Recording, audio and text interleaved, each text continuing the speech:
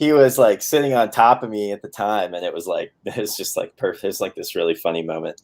That's awesome. Well, good morning, everybody. It's Good morning. Rick and Lee, the fastest way to 150K. Lee, welcome back. Thanks. It's good to be back. One of the joys people love prospecting is that you get to take time off because you've earned it. So. Yeah. Well, it's funny because one of the folks who I use for coaching and stuff, he's always talking about that. Like if you are kind of the difference in the ecosystem versus being a buyer's agent versus being a listing agent. Yeah. Talk to us about that. What's the difference between being a buyer's agent and a listing agent? So if you are always working buyers, it's going to be extremely difficult for you to manage your time because you are always going to be beholden to a buyer and you're always going to be sort of beholden to their whims, and your schedule is going to be a lot more difficult to manage. You can't really, it's very hard to manage your time in the sense of blocking time out for certain things and not deviating from that. Absolutely. Case in point, Sunday, had an out-of-town buyer from Texas visiting Denver. And we were all set to write an offer on a property we had toured on my time block on Saturday. Contemplated overnight. Fortunately, there was time. And decided to write an offer on Sunday. But at 3 o'clock, I get a message. Hey, Rick, can we go check out this one just to make sure it's not better? Yep. Right? So all of a sudden, scrambling to set up a 4:30 showing. Dinner with my family is at 4:30. Right. So if you're working buyers and the agent was cutting off offers at 6 o'clock, right? So you had to tour it at 4:30 because you got to serve the client. Right. Client wants to be happy. Client's only in town for 48 hours. Right. But that being said, working buyers will always put you in that jam. At the end of the day, buyers do not have to buy, but some sellers do have to sell. Yeah. And at the end of the day, we were one of 15 offers. Right. And we did not prevail in this instance. Yeah. So, yeah.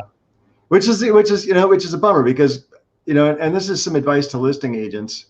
When people put these artificially tight timeframes on, like, hey, we're going to, accept by 6 and we're going to review on Monday, et cetera.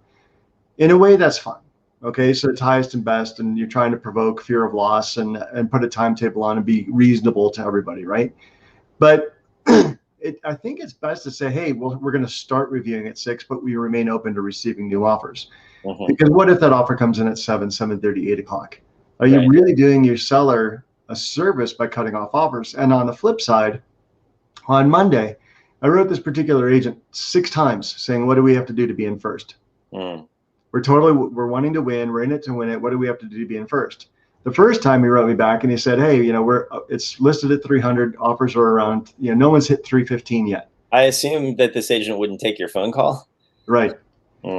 So this is my coaching advice to listing agents out there. So listed at 300 and, he said no offers above 315 yet. So we said, hey, well, we're going in at 315. We'll escalate to 325. What else do we have to do to be in first? And we wrote 6 times, called, wrote, and did not win. When someone calls and says, what do we have to do to be in first? Engage that buyer. Right. Because that buyer is wanting to win. And anytime you let a buyer win, you're driving the price up.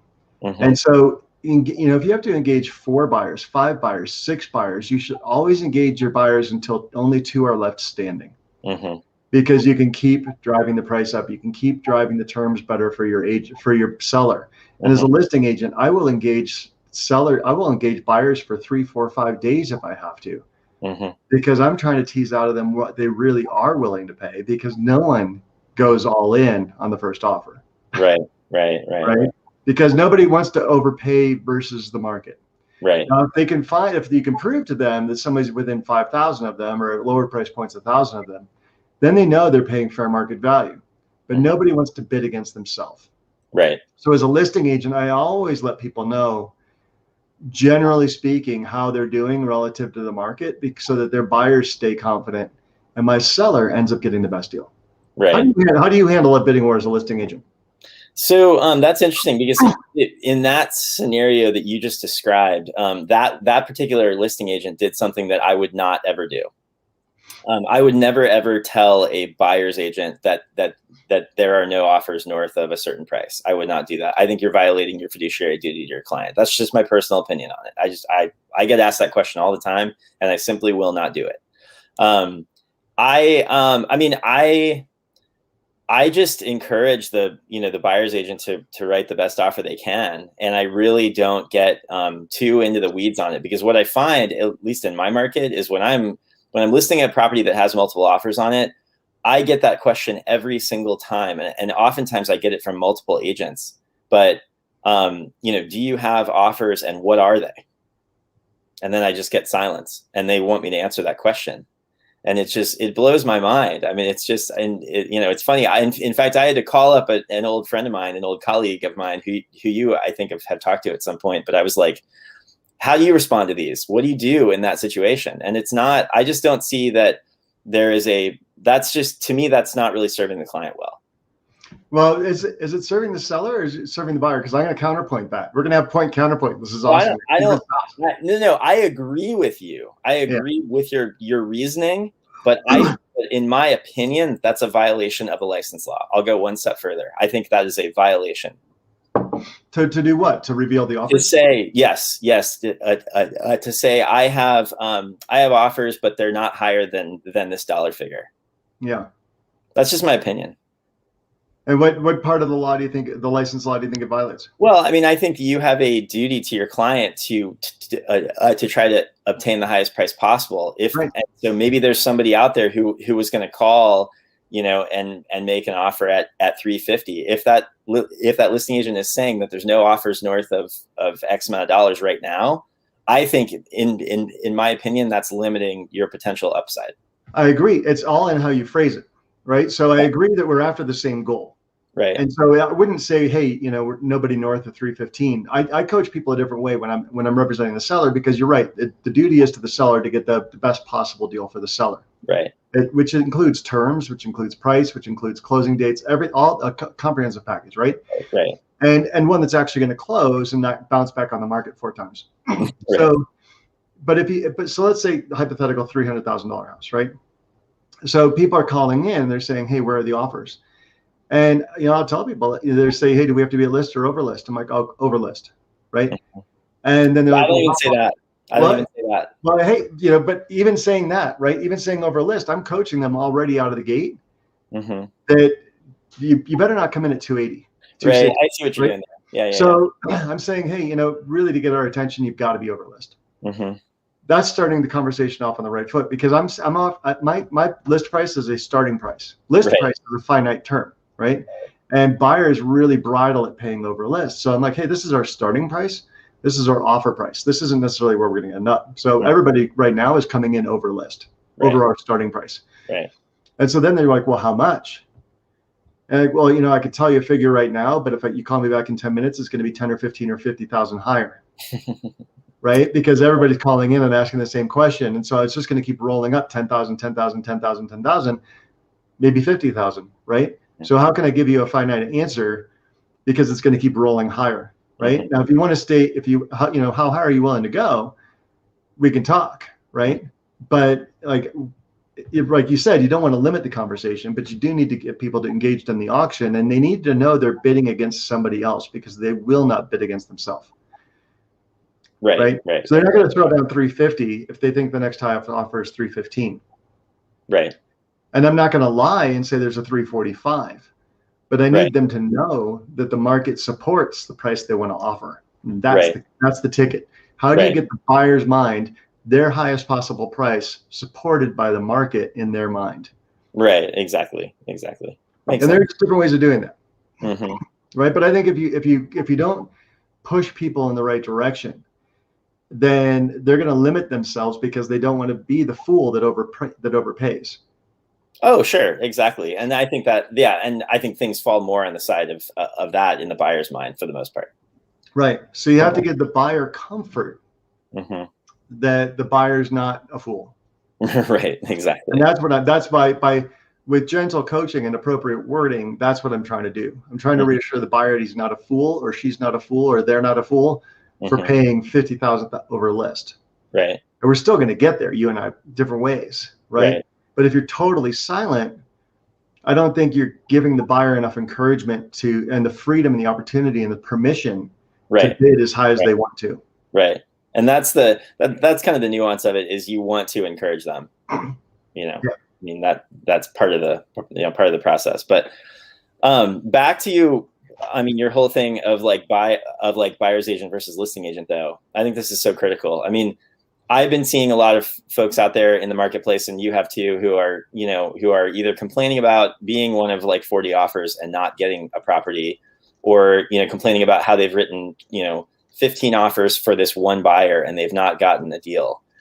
You've seen that all over, in the marketplace, recently. And you're looking, and if you look at it from the agent's perspective at this point, I mean, you think about writing 10 offers for a particular buyer and not getting a property, right?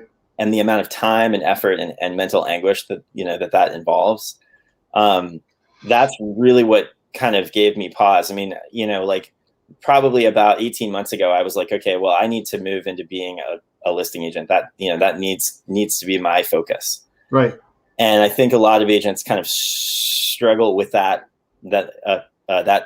whole transition, and they don't really know why they need that so badly. But it's so key. And I think they don't know how to, right? So when you're buying leads online, which is all the rage right now. Yeah. Almost all of them that come in are buyer leads. Right. And there are very few that'll say, well, we can get you seller leads. And they're often buyer leads anyway. Right. And then they say, well, but 70% of your buyer leads are going to have a listing. Mm-hmm. So, stay encouraged, stay strong. That's like their top sales tactic. Right. And the guys and gals selling Facebook ads are really, really good. They've got good scripts. Mm-hmm. And they hit the easy button for a lot of people. Right. So new agents starting out who can't afford to have Facebook ads as a spoke. I'm not saying it can't be a spoke down the road when you're successful. Right. But when you're new and you haven't hit 150K yet, you can't afford to have it as a spoke. Right. But if you're being sold buyer leads, they're out there going, well, Lee, I don't know how to become a listing agent. It's great that you say that, Lee. It's great that you say that. Mm-hmm. But I can't find the sellers. And you know why you can't find the sellers? It's because you're not doing your daily 30. Yeah, it's so simple. It's so simple. You simply need to talk to the people who own the properties that you want to sell. That's all you have to do. I love that. I love that. That's it.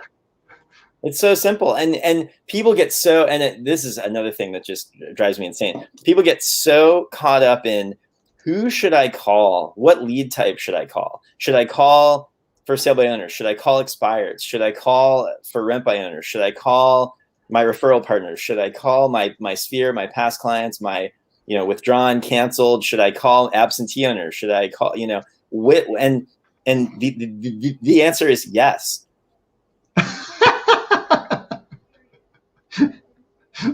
It's so simple. That you're dialing is way more important than who you're calling. And that's something that came up in one of my groups this past week. But it's like, it's so trite and simple that agents want to complicate it. They want to make it more complicated, because that is the definition of creative avoidance. Oh yeah. I had to put your quote there in the comments. I typed it out. I was like, you want to become a listing agent? Talk to the people who own the properties that you want to sell. That's it. That's pretty much it. I get asked that question all the time. And I think back to my first listing that I took here, and it was an expired, and it was somebody who was really frustrated. It was a condo, and it had languished. It had been out there for like 6 months, and it wasn't listed particularly well, and it was challenging and all this stuff. And I was kind of new in the listing properties realm, and I don't think I did. I probably did very little right, but I still got him a good deal, and I got him out of the property, and it achieved the goal. And I think back to that, and I'm like, I made up for an effort what I lacked in skill at that point, 10 times over probably. Yeah. And, that is the key, because that listing led to other listings in the neighborhood, which people also don't know how to do. They get one, and then they don't know how to leverage that into any other opportunities that are nearby. And so that's a whole other, conversation is, okay, so I got a listing, and I got a listing, and then it went pending, and then I sold it. How can I use that, in a constructive way to further my business? So we'll talk about that tomorrow, because that's a great one, because As it says in the banner right down here, the Libertas Group, we receive free coaching on real estate production. And right now I'm getting trained by Sean Kokoska, who used to be president of MAPS Coaching and Bold Coaching globally for Keller Williams. He's now in our group at Libertas at EXP. And he was talking about the sales cycle. We'll talk about it tomorrow. How if you have buyers, you can advertise a buyer need to get a listing.